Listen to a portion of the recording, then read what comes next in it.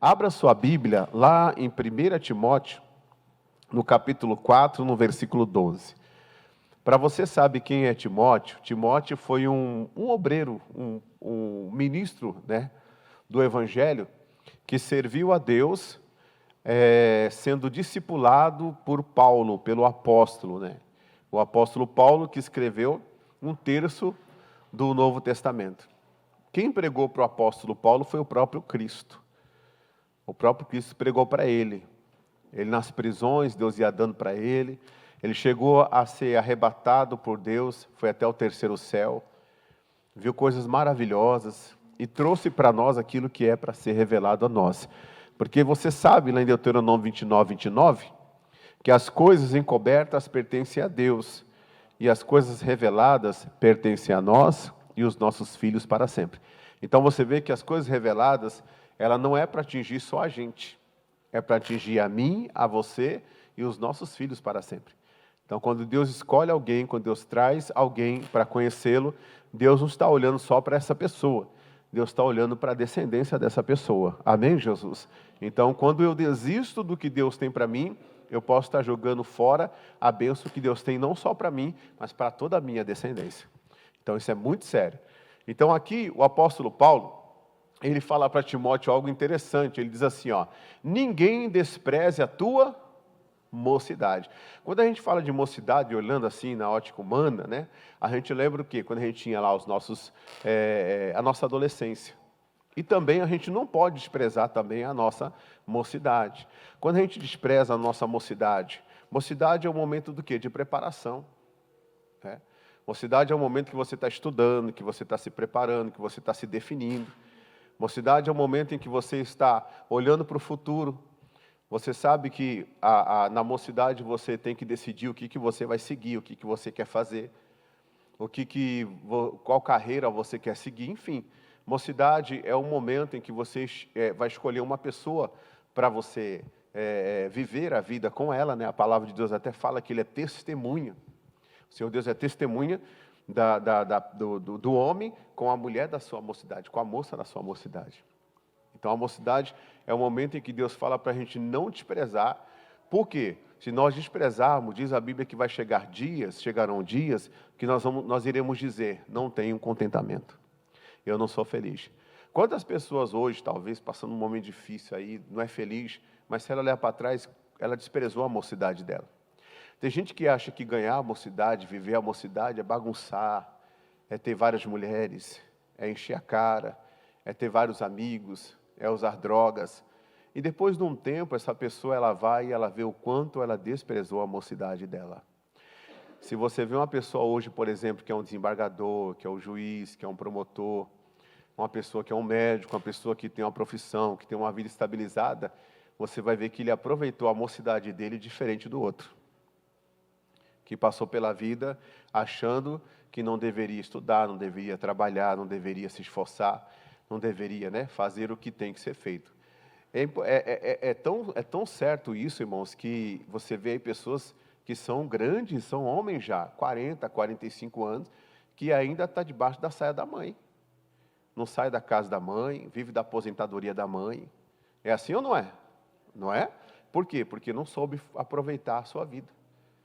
Desprezou a sua mocidade completamente. E a advertência que Deus dá, a instrução que Deus dá para Timóteo é, não despreze a tua mocidade.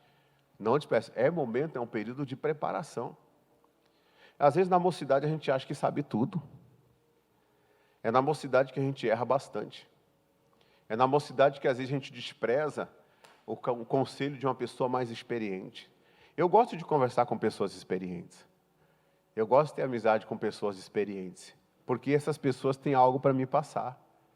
Essas pessoas têm um ensinamento, elas erraram bastante, acertaram bastante. E aí você começa a conversar com essas pessoas, elas têm pérolas dentro delas.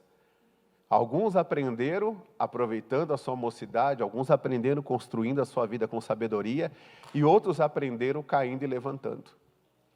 E você vai e olha o caminho que aquela pessoa traçou para a vida dela, e você já sabe onde está o buraco, e você fala, não vou por aqui, porque eu tenho um exemplo do fulano, eu tenho um exemplo do ciclano, eu tenho um exemplo do Beltrano. Então, não despreze a sua mocidade, você que é jovem, Ah, pastor, eu quero mais é fazer a vontade da carne. Não, não. Se entregue para Deus, construa a sua vida sobre a rocha, construa a sua vida sobre a palavra de Deus. Construa a sua vida dentro dos princípios da palavra de Deus. Não construa a sua vida sobre a areia, não. Porque depois você não vai ter contentamento. A Bíblia fala que você não vai ser feliz. A casa vai cair. Quantas pessoas acharam que a casa delas estavam firmes e a casa caiu? Verdade ou não é, gente? Sim ou não? Então não despreze a sua mocidade. Mas eu queria também trazer aqui, irmãos, porque todos nós temos uma mocidade espiritual. Uma mocidade espiritual. Olha o que o apóstolo Paulo fala, lá em 1 Coríntios, capítulo 13, versículo de número 11. Vai lá para você ver. 1 Coríntios 13, 11. Olha só o que diz lá. Quando eu era o quê? Menino. Falava como? Menino.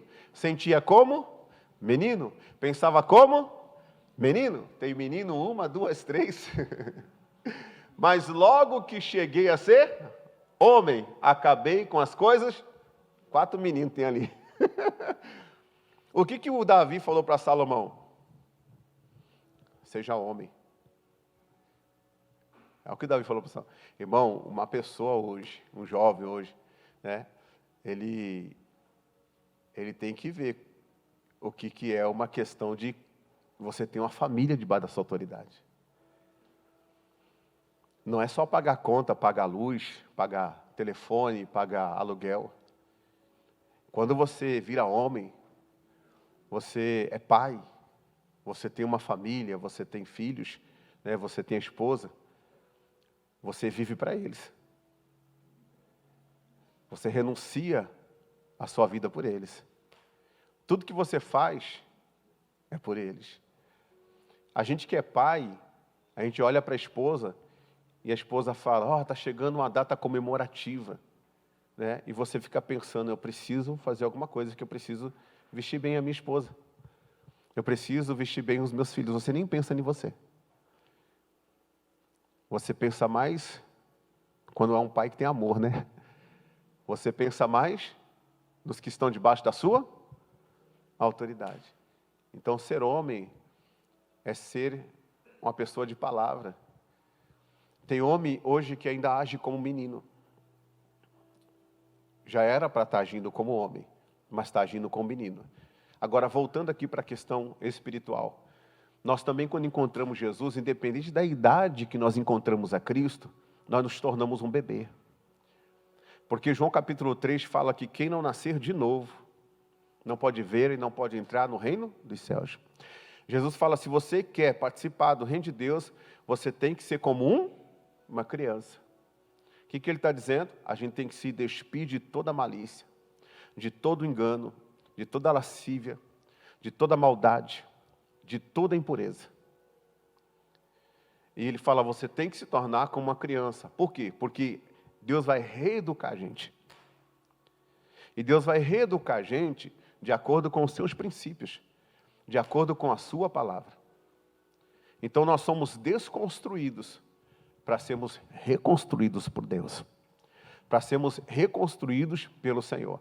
Então nós vamos ter a nossa fase espiritual de menino também. Nós vamos ter a nossa fase espiritual de menino.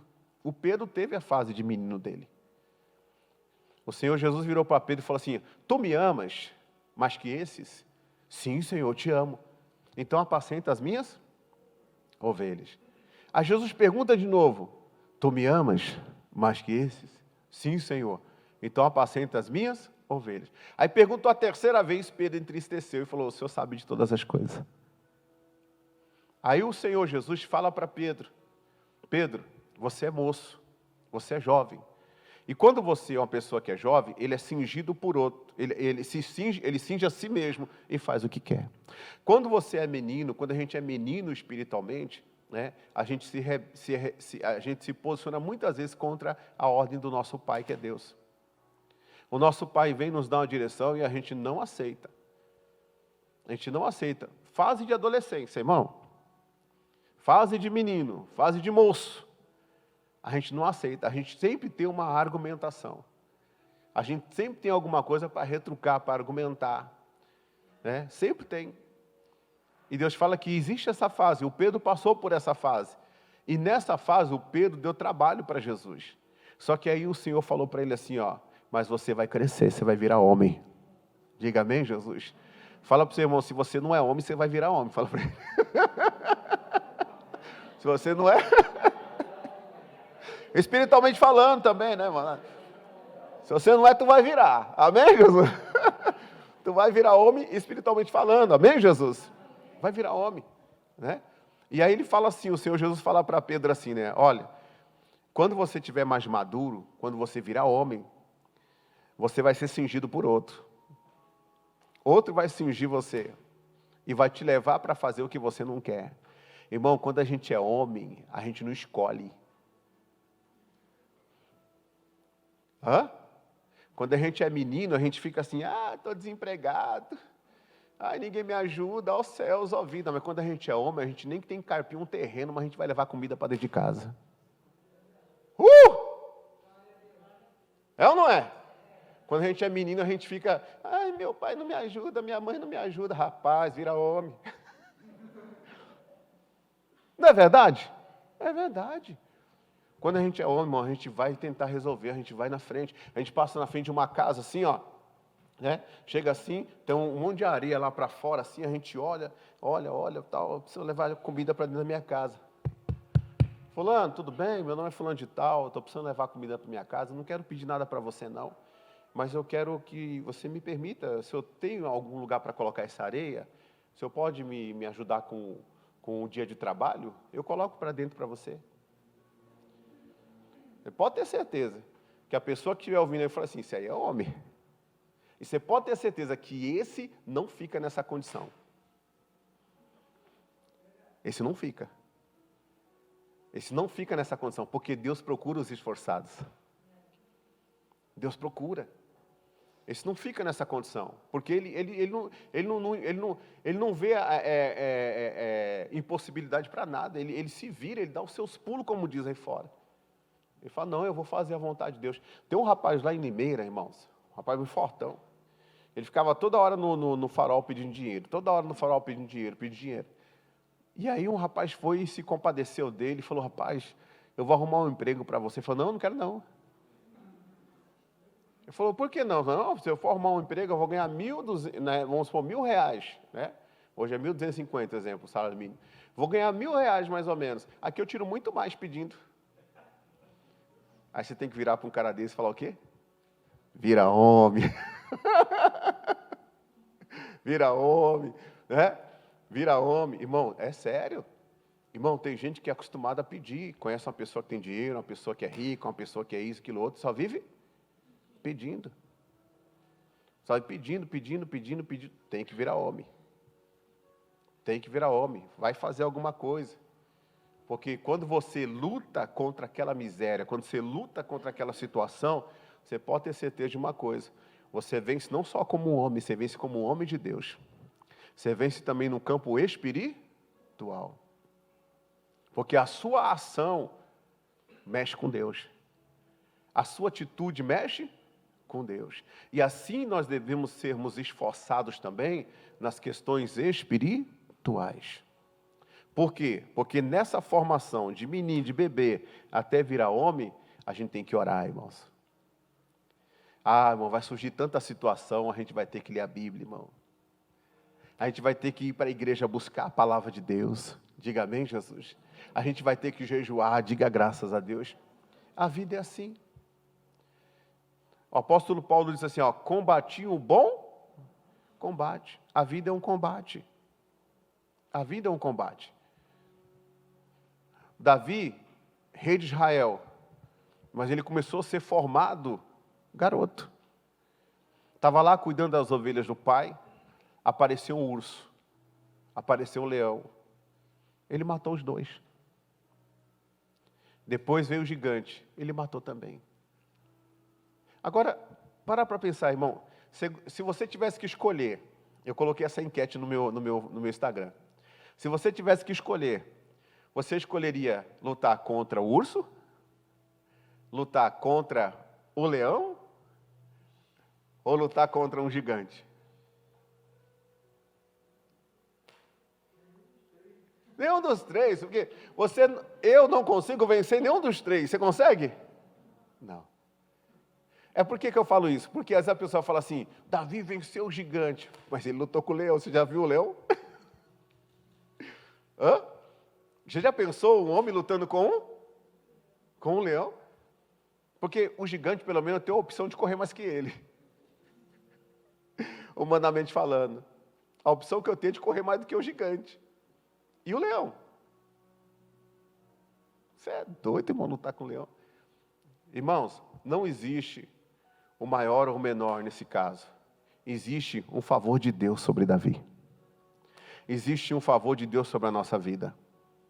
Aí vem o leão. Você luta. Você quer ver uma coisa? Eu não vou nem falar de leão, nem de urso, nem de gigante. Falar de um pitbull. Ou aquele cachorro que é mais... tem um cachorro que tem a mordida mais... Tem o bico mais comprido. É mais para fora do nosso país. Eu esqueci o nome dele. Rapaz, quando ele pega e não solta. Ele não solta. O que eu vejo? Eu não vejo o leão como um grande desafio, como maior do que o urso e nem como maior do que o gigante. Eu vejo o favor de Deus com Davi, contra o leão, contra o urso e contra o gigante. Porque ele por si só não venceria nem o urso e nem o leão e nem o gigante. Ele estava num processo de preparação. Você sabia que o Davi, ele foi ungido rei, jovem, mas ele tomou posse do trono depois de 15 anos. O apóstolo Paulo era um cara preparadíssimo, correto? Imagine o apóstolo falava várias línguas, conhecia tanto a cultura judaica como a cultura romana. O apóstolo Paulo, meu Deus do céu, um cara preparadíssimo. Ele ficou 15 anos para ser realmente considerado apóstolo. E às vezes a pessoa é criança ainda, e ela quer fazer ainda o que ela não está preparada para fazer. Não está preparada para fazer. Vou contar um caso para vocês de uma pessoa que um dia estava fazendo a obra e estava cuidando das crianças na escolinha. E achou que aquilo ali era pouco. Aí vem aquela ansiedade, sabe aquela ansiedade? Eu preciso fazer mais coisa para Deus, eu preciso fazer mais coisa para Deus. Se você tivesse que fazer mais coisa para Deus, Ele estaria dando mais coisa para você fazer. Sabia? Eu preciso fazer mais coisa para Deus, mais coisa para Deus, mais coisa para Deus, mais coisa para Deus, mais coisa.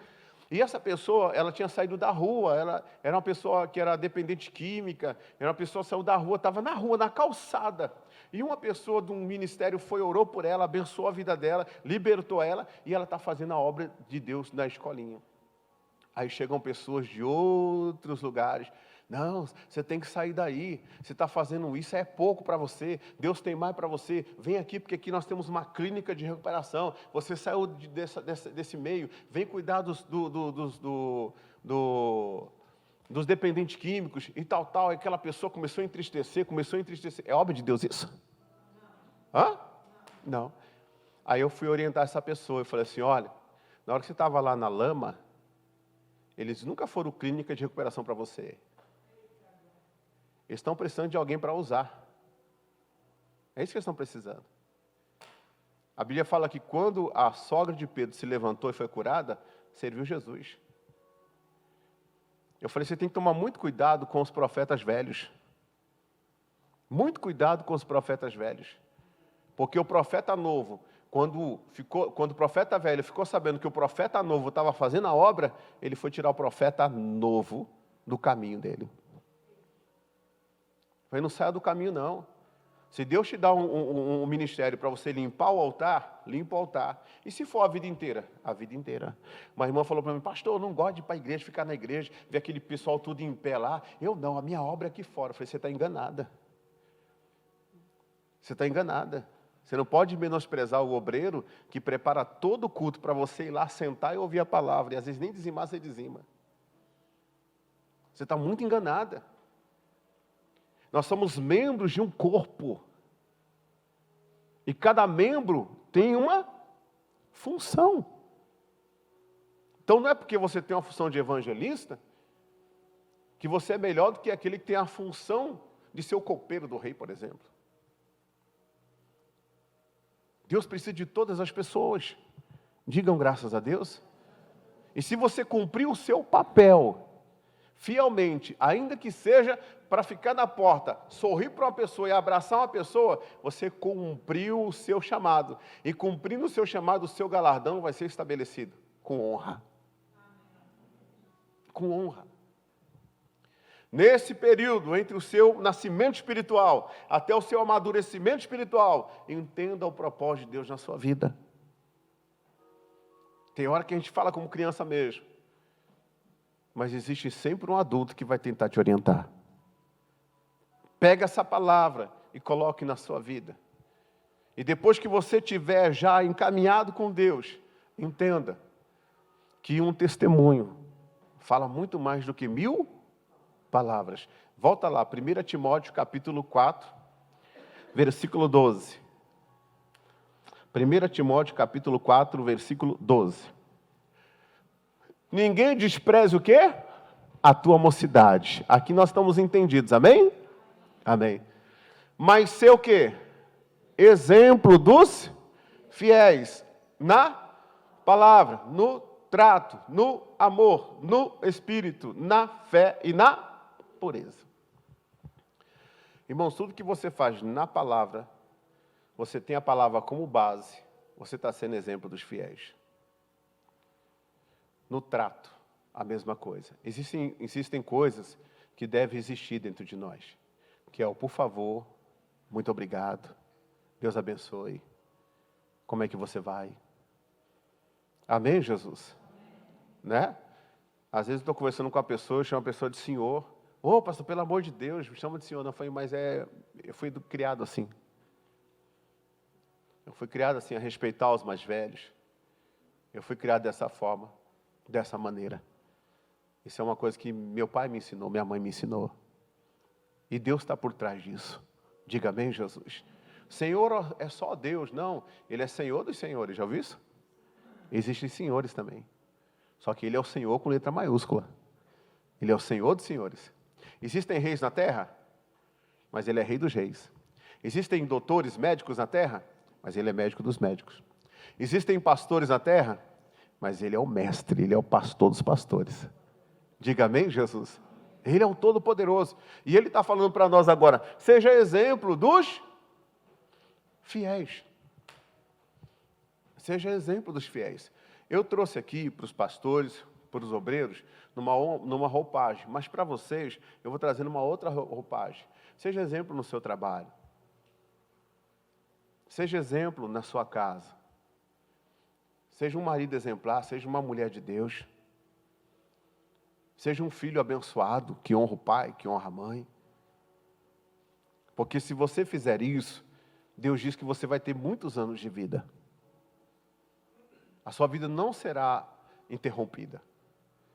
Só esse mandamento vai proteger você de laços do passarinheiro, de pestes perniciosas. Sejamos exemplos. Vamos fazer um contrato? Vamos ser exemplo. Vamos ser exemplo no contrato. Vamos cumprir a nossa palavra. Diga amém, Jesus. Vamos cumprir. A Bíblia fala que até, o apóstolo Paulo assim, para que pregando aos outros você não seja encontrado reprovado a ponto de Satanás pegar aquela brecha e vir contra você. Coisa séria. E vir contra você. Não, seja exemplo. No seu trabalho, conversando, se é uma moça, está conversando com o seu patrão, seja mulher de Deus. Fuja da aparência do mal. Não pega carona de moto com o marido de uma mulher. Ah, mas eu vou economizar, pastor. Não economiza, não. Faz a vontade de Deus. Não economiza, não. Porque ai daquele que escandalizar um pequenino.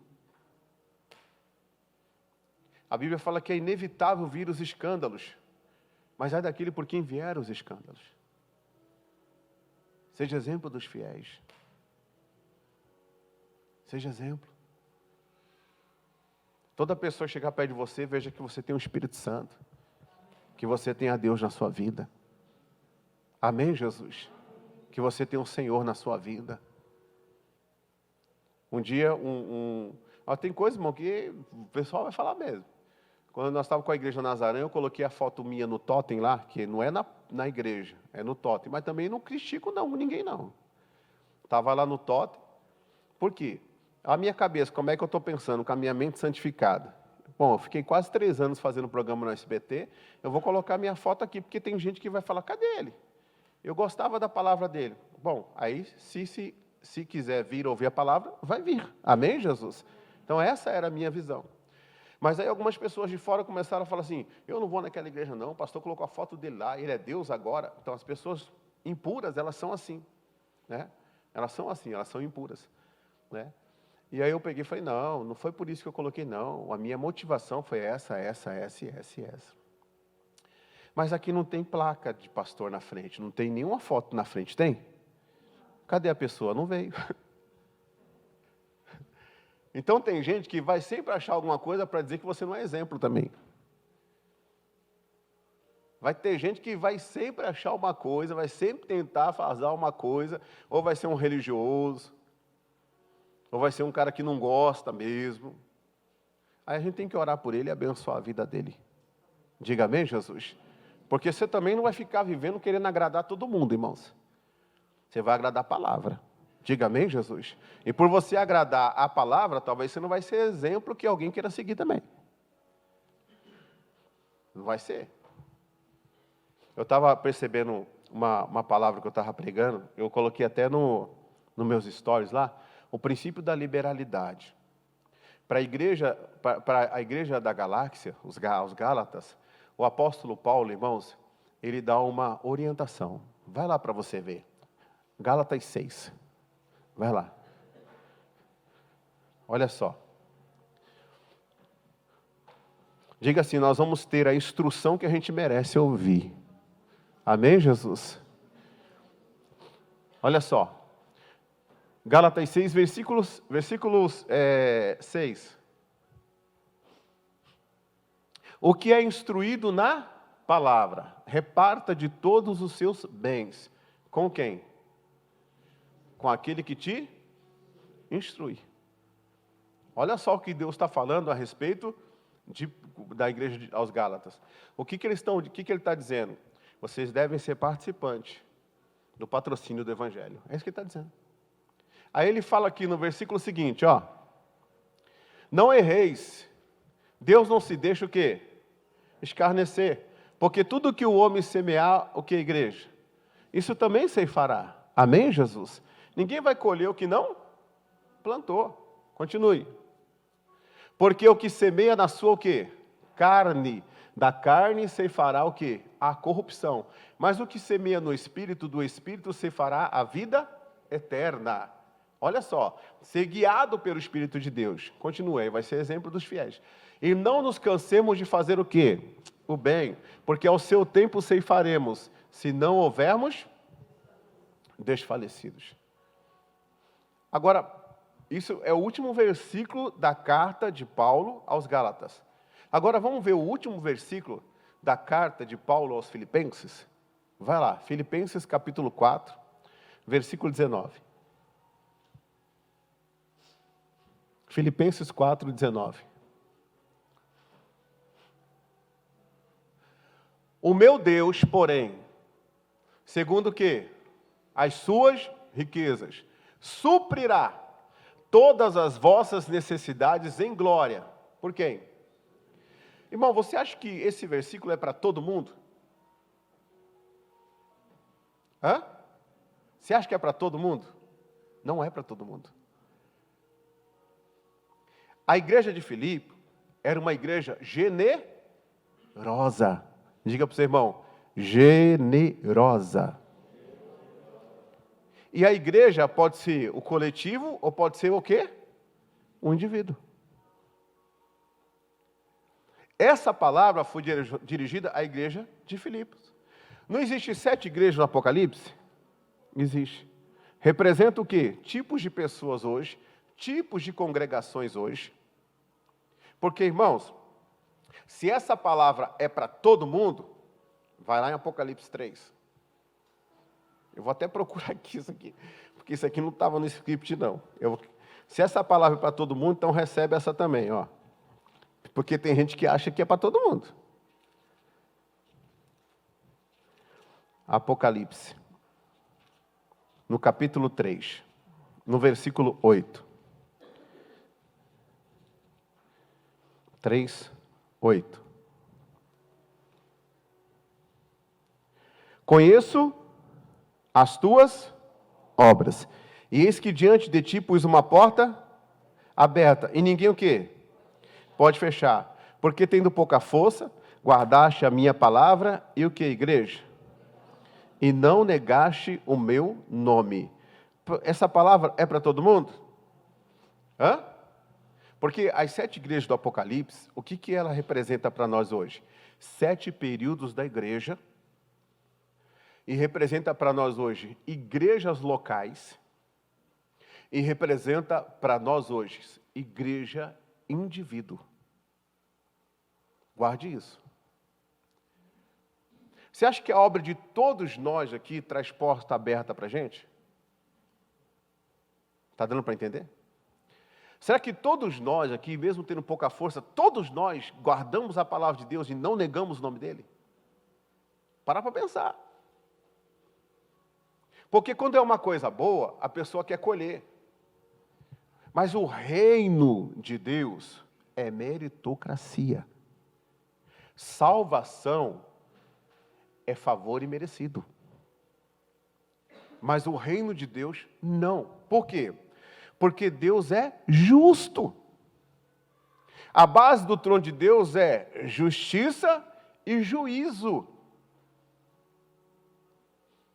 Só que na frente do rosto dele vai a palavra, que é a verdade, e a graça.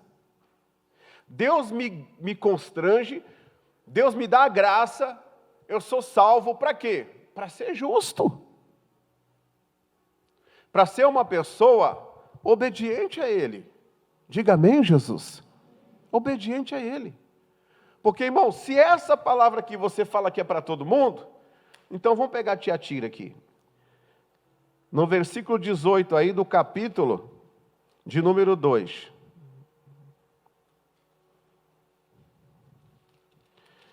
Vamos lá.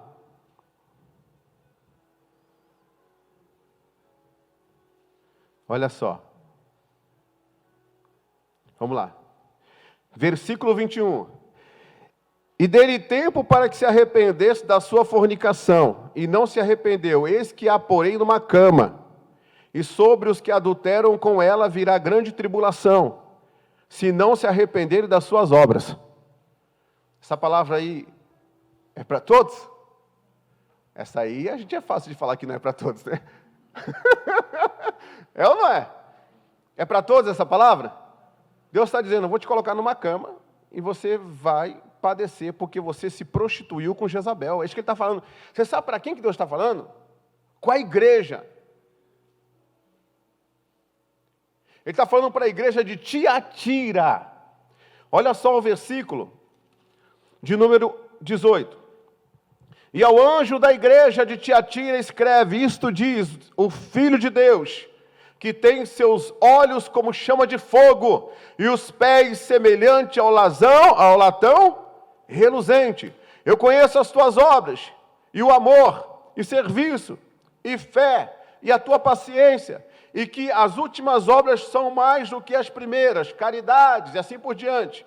Mas algumas poucas coisas tenho contra ti, que deixas Jezabel, mulher que se diz profetiza, ensinar e enganar os meus servos, para que forniquem e comam dos sacrifícios da idolatria, fornicação, conjunção carnal entre duas pessoas que não são casadas. Será que na igreja existem pessoas que estão transando por aí, sem se arrependerem? Hã? Sim ou não? Sim. Pois é, essa palavra é para essas pessoas. Se a pessoa não se arrepender, irmão, vai chegar essa palavra para ela. Meu Deus do céu, Deus está mudando tudo aqui. Desperta. Um dia a pessoa falou assim, pastor, eu gosto de fazer a obra de Deus, eu gosto de visitar as pessoas, eu ajudo financeiramente, eu dou isso, eu dou aquilo outro. Eu falei, peraí, mas você acha que não vai casar não? Vai continuar nesse negócio aí? Porque hoje, irmão, dentro das pessoas, não é da igreja não, a igreja é santa. Dentro das pessoas, elas estão relativizando as coisas de Deus. E o que planta na carne vai colher corrupção. Então é muito fácil, irmãos, pegar a caixinha da promessa, e colocar lá, o impossível a Deus, o impossível aos homens é possível para Deus. Amém. Mas quem eu sou? Eu não tenho porta aberta para mim. Por que eu não tenho? Porque eu não vivo a palavra de Deus, gente. Eu não quero compromisso. Eu quero um Deus que faz tudo por mim, mas que eu fique na minha, na boa. E é o desencargo de consciência da pessoa entregar uma cesta básica. O desencargo de consciência da pessoa é para dar um cobertor para alguém. Não que seja errado, a gente dá também. O desencargo de consciência da pessoa é orar por alguém. É manifestar a fé na vida de uma pessoa, mas ele não vive a fé dele em Deus. E a obra dessa pessoa não é pequena, a obra dessa pessoa é maior do que o início. É grande a obra que essa pessoa está fazendo. Mas a igreja da Filadélfia foi a única que falou assim, com pouca força, não negaste a minha palavra. Não negaste a minha palavra. Então, no reino de Deus, ação sobre a fé, ação sobre o amor, ação sobre a palavra de Deus, sem temor, sem santidade, sem realmente ser de Deus, a pessoa ela pode fazer a obra em pecado, mas a conta chega. De Deus ninguém zomba, de Deus ninguém escarnece. Eu não quero que você goste de mim, eu quero que você ame a Deus. Porque se eu quisesse que você gostasse de mim, eu não falaria o que eu estou falando agora. Porque nem todo mundo quer ouvir essa mensagem. E essa mensagem não estava no meu esboço para dar agora de manhã. Deus levantou a igreja para ser exemplo dos fiéis. A igreja, irmãos, nem tudo que está entupido está sendo um povo preparado para Deus, não, irmãos. Sabe? Porque a igreja de Pérgamo, quando ela se aliançou com Constantino, para que Constantino conseguisse a vitória política que ele precisava, e a igreja ajudou ele, Constantino fez uma lei, um decreto, e institucionalizou a igreja. Olha o que eu estou falando. E aí Constantino, o que ele fez? Ele começou a dar coisas para as pessoas virem para a igreja. E a igreja de Pérgamo, ela arrebentou de crescer de gente. Mas eram pessoas que iam lá por aquilo que elas tinham para receber. Pérgamo era uma região que eles adoravam serpentes vivas. E foi nessa época que a igreja, ela começou a colocar imagens de esculturas.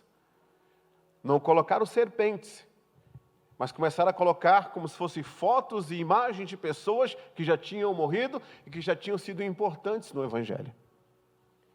E o Senhor Deus, Ele fala que não farás para ti imagem de escultura, segundo aquilo que está nos céus, e nem na terra, nem debaixo da terra. E clame a um Deus que não pode salvar, porque eu sou o Senhor e fora de mim não há Salvador. Mas a coisa estava dando certo, porque tem gente que se preocupa com o resultado e não em agradar a quem? A Deus. E a igreja de Pérgamo também foi muito repreendida.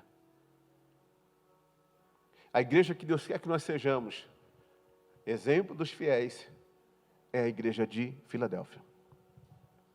E se a gente for à igreja de Filadélfia, ele fala assim, eu coloquei uma porta aberta diante de você, pode ficar tranquilo, passar o que passar, haja o que houver, ninguém fecha o que eu abri. Ninguém fecha o que eu abri. Então volta lá, em Filipenses 4,19.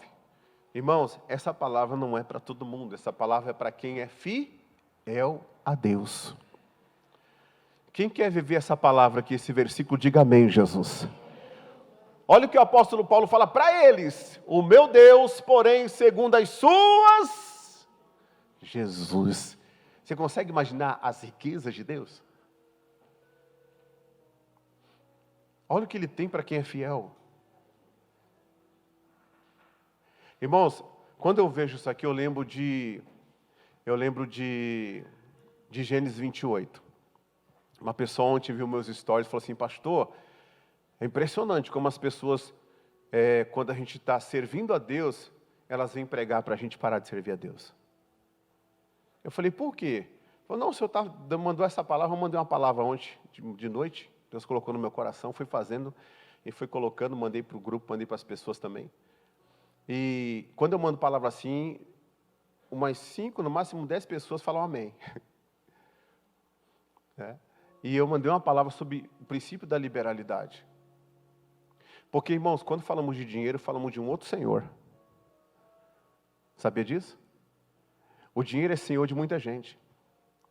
Tem gente que ama o dinheiro a ponto de só ter o dinheiro. Ou seja, ele é tão rico que só tem dinheiro. Mais nada, de tão miserável que é. O dinheiro, o amor ao dinheiro, é o princípio de todos os males. É o princípio de todos os males. E existe um princípio que é o princípio da liberalidade que Deus nos dá. E essa irmã falou, pastor, eu estou dizimando, eu estou sendo tão abençoado, meu irmão, ele está sendo tão abençoado. E a semana passada encontrei um rapaz, e amigo nosso, veio pregar para a gente, e nós entramos nesse assunto, né? E ele veio e pregou para a gente que não era para fazer mais dízimo hoje, que o dízimo é da lei, é do Velho Testamento, não é para fazer mais dízimo hoje.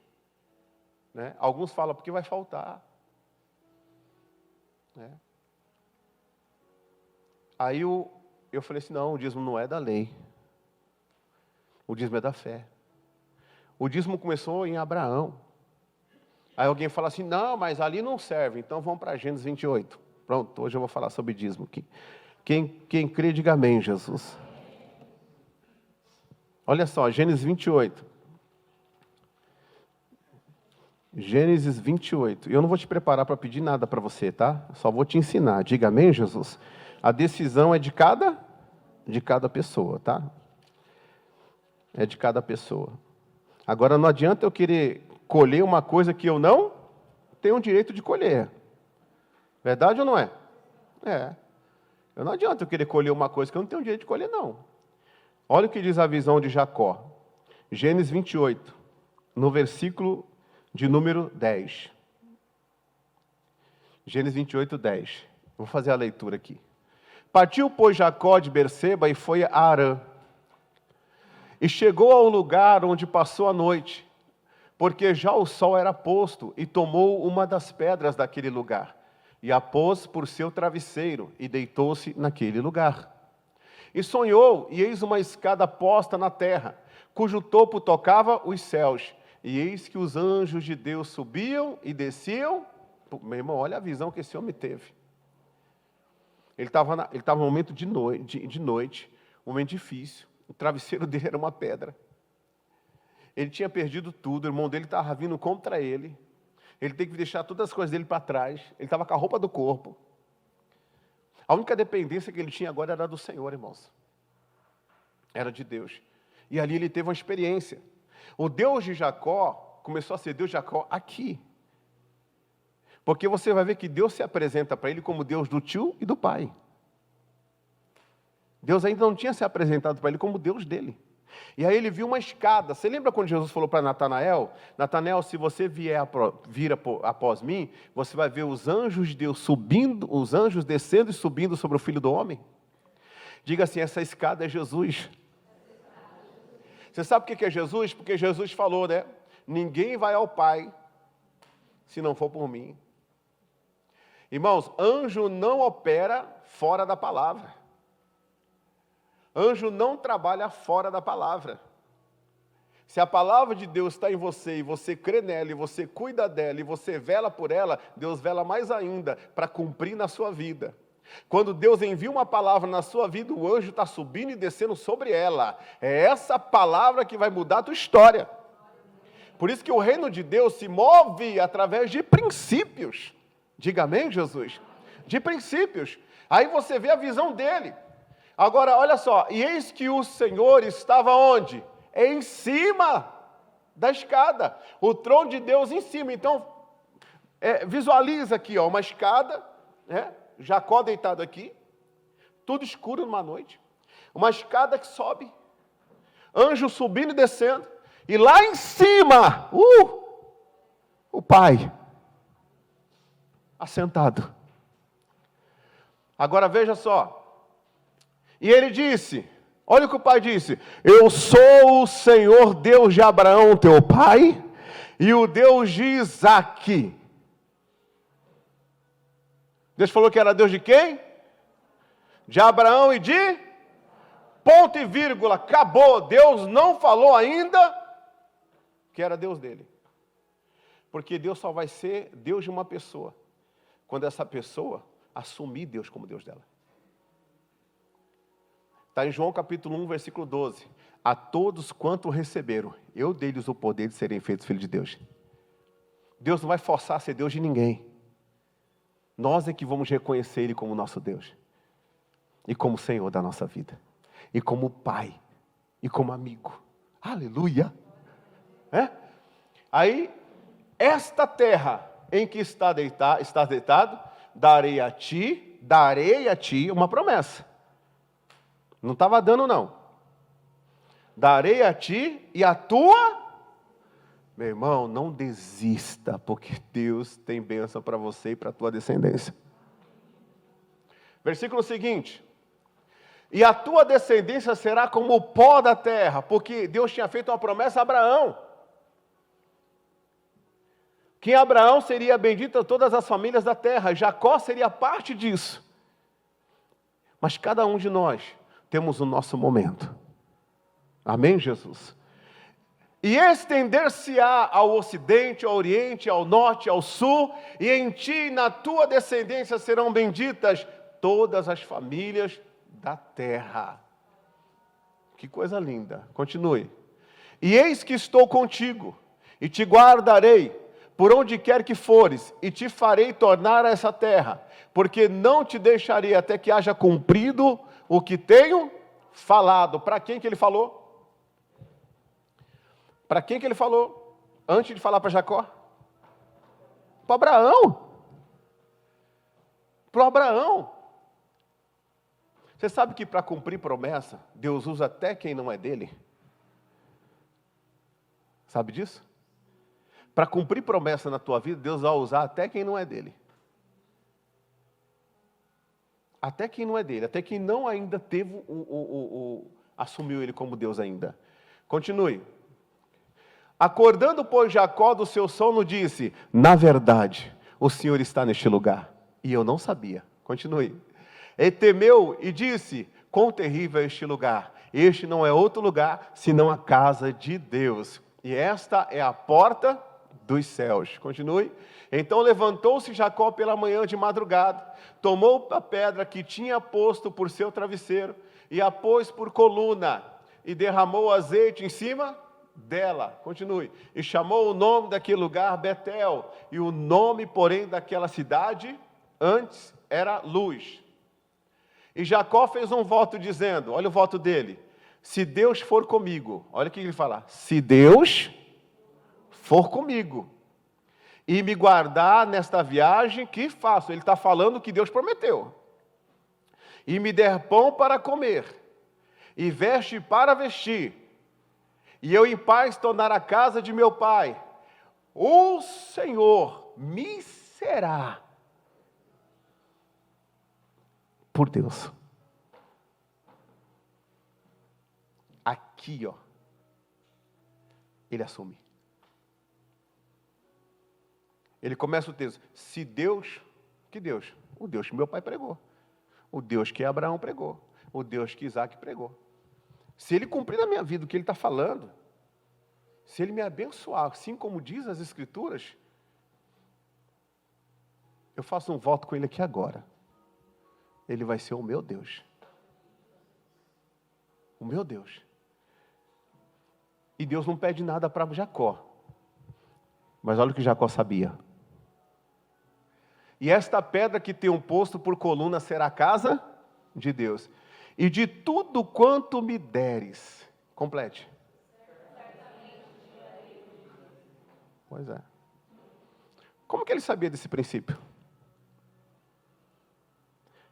Se como muita gente prega que era um fato isolado entre Abraão e o rei de Sodoma, como que ele sabia desse princípio? Quem que ensinou ele esse princípio? Tem gente, irmão, que é igual aquela pessoa quando você fala assim, ó, para de fumar, ele fala, não está escrito na Bíblia. Não está escrito na Bíblia para você parar de fumar, que você não pode fumar. Não, literalmente não. Mas está escrito que aquele que destruiu o templo do Espírito Santo será destruído por Deus. O que você acha? O cigarro é bom ou é maldição? O que você acha? A maconha, o que é? A bebida, o que é? Então é só para ter discernimento. A Bíblia fala que quando a pessoa se prostitui, quando ela peca, que ela fala, não foi nada demais, só foi uma vez. Mas quando a pessoa peca, tem que se arrepender. Por quê? Porque quem peca no corpo, peca contra o próprio Deus. É sério, irmão, isso aí. Então, às vezes, irmãos, o que eu quero que você entenda? Às vezes a gente quer colher o que não plantamos. E estamos colhendo o que plantamos. E estamos reclamando porque estamos colhendo isso. Então devemos mudar a nossa semente. Diga amém, Jesus. Meu irmão, o que é de Deus, o que é seu, o que é meu. O que é do César é do César.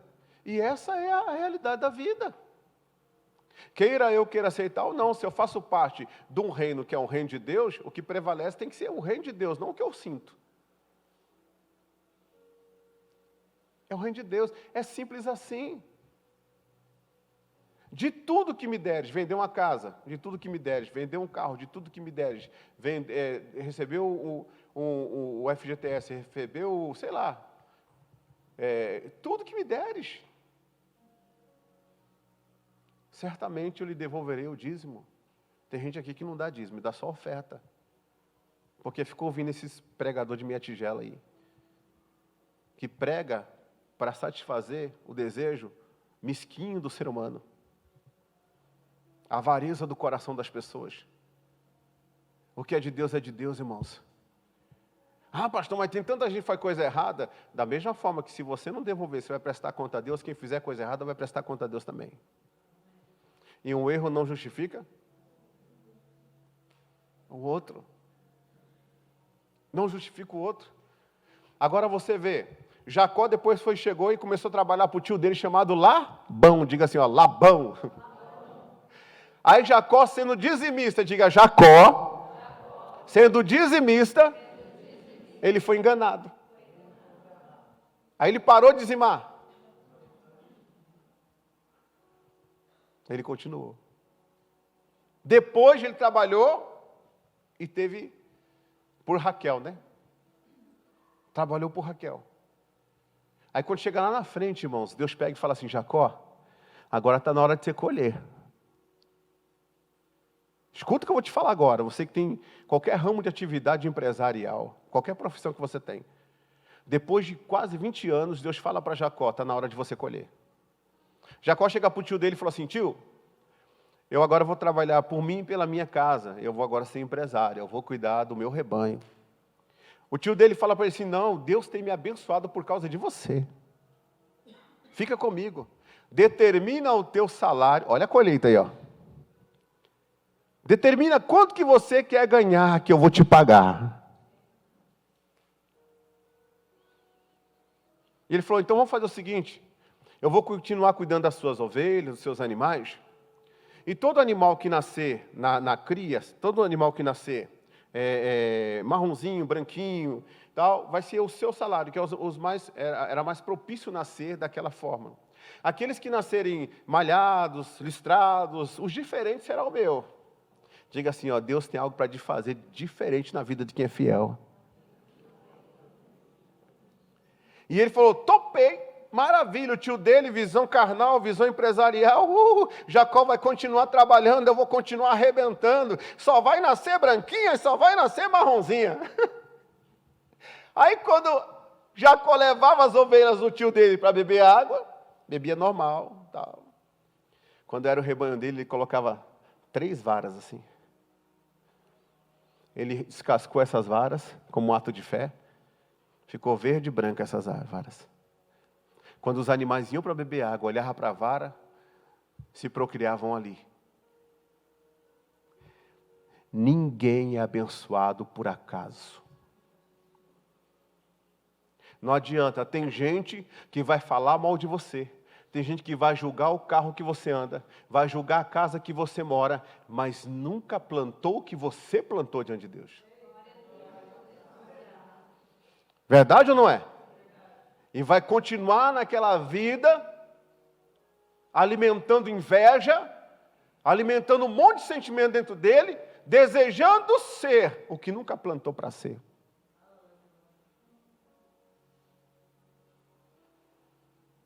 O que nunca plantou para ser. A gente tem que ter entendimento para receber a palavra, irmãos. Ser exemplo dos fiéis. Ande na presença de Deus.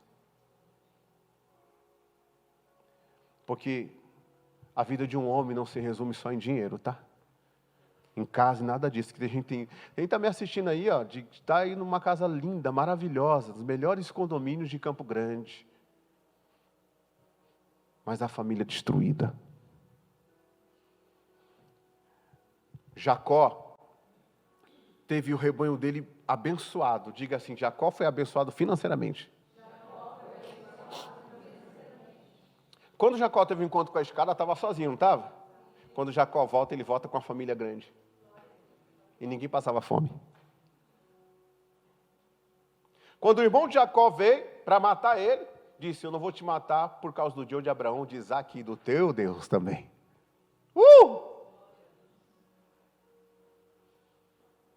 O Esaú pegou e falou assim, eu tenho um presente para te dar. Jacó falou assim, eu tenho muito mais para te dar, meu mano.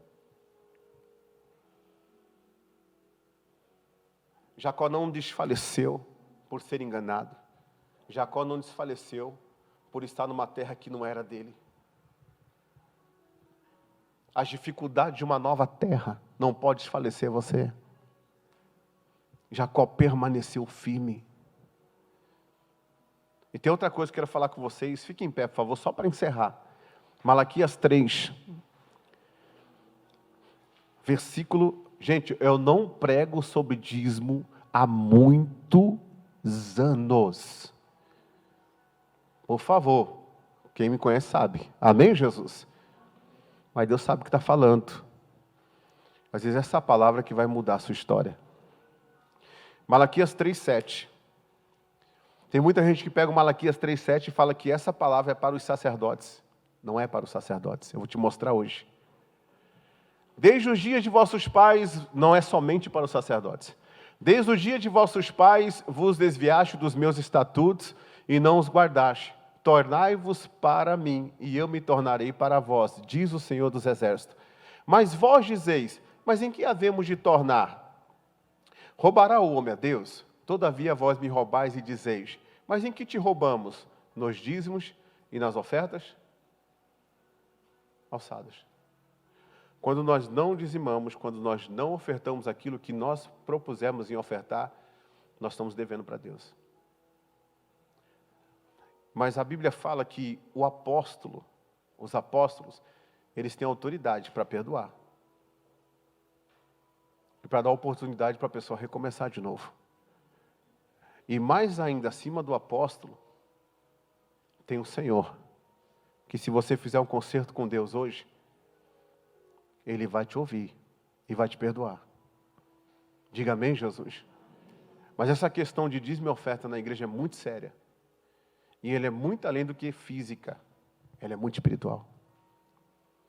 A única forma de a gente, desde quando o homem caiu, a oferta sempre mexeu com Deus. Tanto que Jesus foi uma oferta no 4º milênio, como fruto dado pro Pai, para resgatar a gente.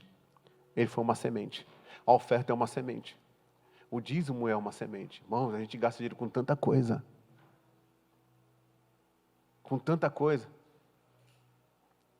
E na casa de Deus a gente fica segura. Não. A Bíblia diz assim, ó, quando eu faço algo para Deus de coração pronto, eu sou recebido. Você será recebido. Aí diz mais aqui, olha só. 9. Quando a pessoa rouba a Deus, olha só. Com maldição sois amaldiçoados, porque a mim roubais, sim. Quem? Está falando só do sacerdote?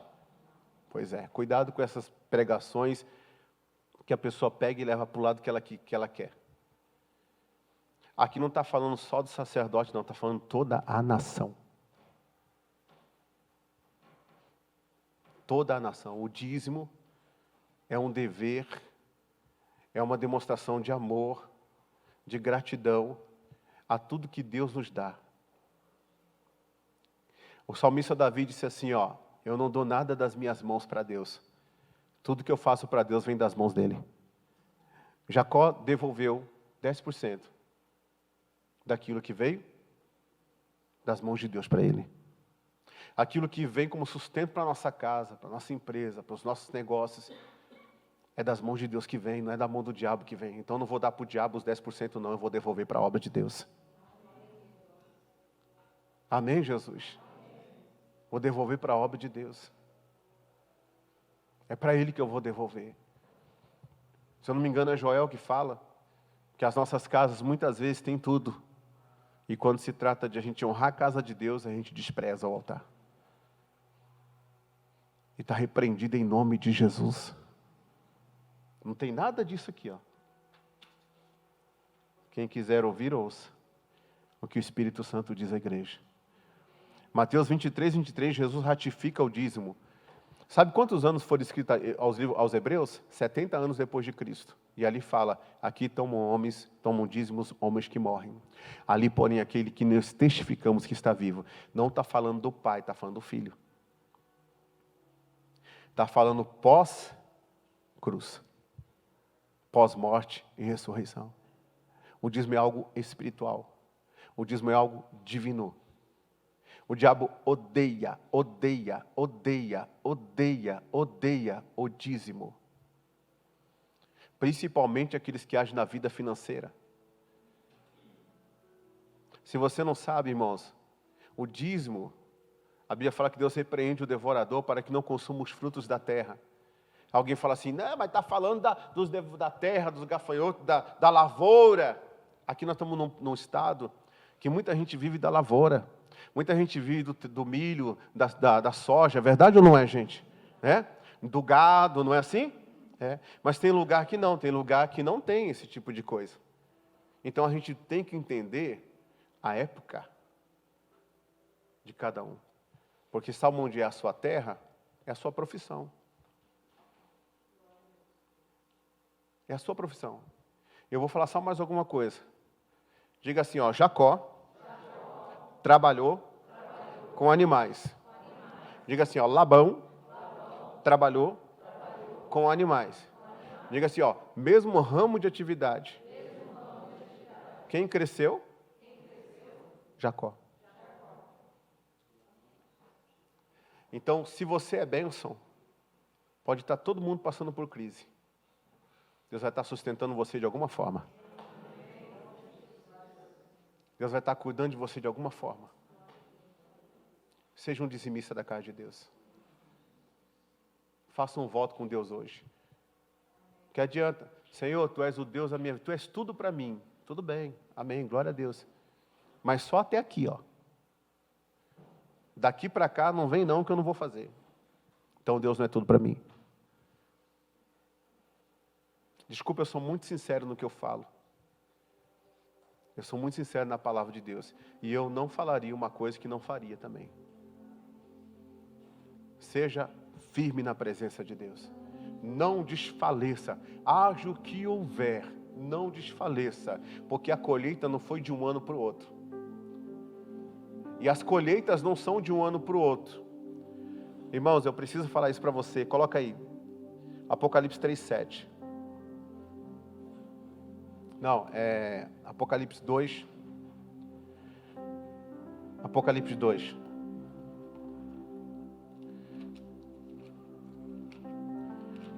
Apocalipse 2. Versículo 21. Vê o 20. Deus sempre vai trabalhar, gente, ó. Mas algumas poucas coisas tenho contra ti. Aí no caso foi Jezabel. Mas tudo que for poucas coisas a gente tem que consertar. Amém, Jesus? Aí vem o versículo seguinte. Essa palavra aqui, irmãos, mexe muito comigo. Porque graças a Deus, Deus não é ferro e fogo. Fala para o seu irmão, graças a Deus Ele não é ferro e fogo. Porque se Ele fosse ferro e fogo, nenhuma alma se salvaria, correto? Nenhuma alma se salvaria. Ele é longânimo, ou seja,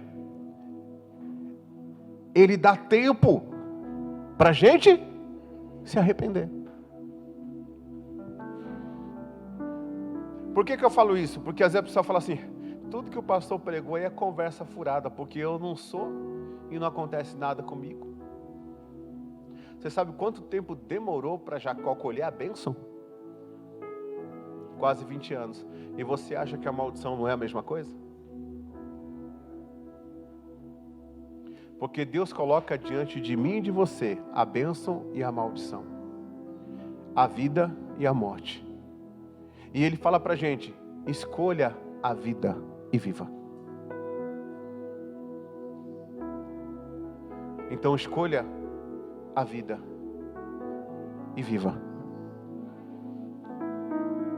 Escolha a vida e viva. Porque a misericórdia de Deus é o motivo de nós não sermos consumidos. Deus é tão bom que mudou a mensagem para a gente não colher algo que está vindo para nós, que não é de Deus. Quando eu digo para nós, para algumas pessoas que não é de Deus, que não é, que Deus não quer que ela colha.